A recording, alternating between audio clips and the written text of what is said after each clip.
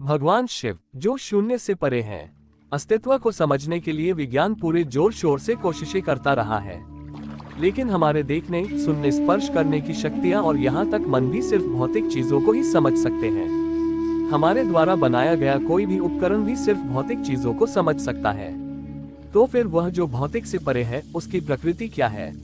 अगर आप भौतिकता से थोड़ा आगे जाएं, तो सब कुछ शून्य हो जाता है।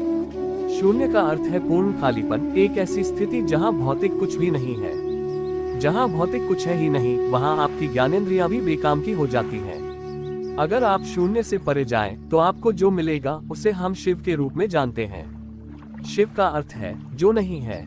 जो नहीं है उस तक अगर पहुंच पाएंगे, तो आप देखेंगे कि इसकी प्रकृति भौतिक नहीं है। इसका मतलब है इसका अस्तित्व नहीं है, पर यह धुंधला है, अपारदर्शी है। ऐसा कैसे हो सकता है? यह आपके तार्किक दिमाग के दायरे में नहीं है। आधुनिक विज्ञान मानता है कि इस पूरी रचना को इंसान के तर्कों पर खरा उतरना होगा, लेकिन जीवन को देखने का ये बेहद सीमित तरीका है। संपूर्ण सृष्टि मानव बुद्धि के तर्कों पर कभी खरी नहीं उतरेगी। आपका दिमाग इस सृष्टि में फिट हो सकता है, ये सृष्टि आपके दिमाग में कभी फिट नहीं हो सकती।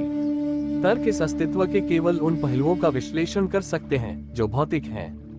एक बार अगर आपने भौतिक पहलुओं को पार कर लिया, तो आपके तर्क पूरी तरह से उसके अधिकार क्षेत्र से बाहर होंगे। योगिक विद्या में विज्ञान को कहानियों के रूप में प्रकट किया गया है, लेकिन हमें हमेशा ये बताया गया है कि हमें किसी विद्या पर तब तक यकीन नहीं करना चाहिए जब तक हम खुद उसका अनुभव न कर लें। एक बार जब मैंने कुछ प्रमुख वैज्ञानिकों को अपने आंतरिक अनुभव के आधार पर इस अस्तित्व की प्रकृति के बारे में बताया, तो उन्होंने कहा, सद्गुरु, आप जो कह रहे हैं, अगर आप उसकी गणितीय व्याख्या कर दें, तो आपके इस विचार को नोबेल पुरस्कार तक दिया जा सकता है। मैं इसके लिए कोई गणितीय समीकरण नहीं लिखना चाहता, लेकिन मेरे लिए ये सत्य है और मैं जो भी हूँ, इसने मुझे पूरी तरह से रूपांतरित करके रख दिया है। जो कुछ भी मैं था, वह सब कुछ बदल गया जब मैंने अपने भीतर उस आयाम को स्पर्श किया। ये सिद्धांत बिल्कुल सही है और हमने अपने भीतर साबित किया है कि यह सत्य है।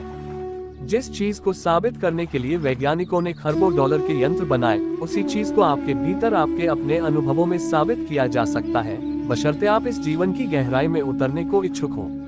अगर आप गहराई से देखें, तो आप पाएंगे कि इस ब्रह्मांड की हर चीज के बारे में अनुमान के आधार पर निष्कर्ष निकाला गया है।